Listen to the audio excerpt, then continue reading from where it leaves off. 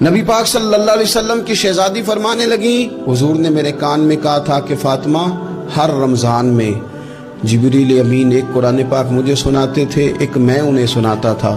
اس سال جبریل نے 2 سنائے ہیں۔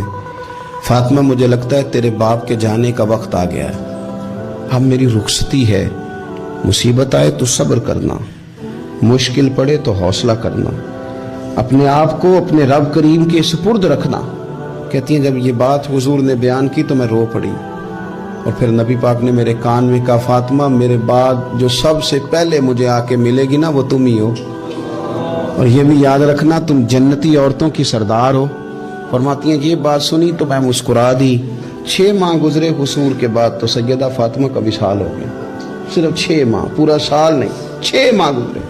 حضرت فاطمہ زہرا رضی اللہ تعالیٰ عنہ کے بارے میں سیدہ عائشہ صدیقہ کہتی ہیں، ایک بات میں نے حضرت فاطمہ میں جو سب سے بڑھ کے دیکھی، میں نے نبی پاک علیہ السلام کے بعد جس کو سب سے زیادہ اور سب سے بڑھ کر سچ بولتے دیکھا ہے وہ سیدہ فاطمہ زہرا۔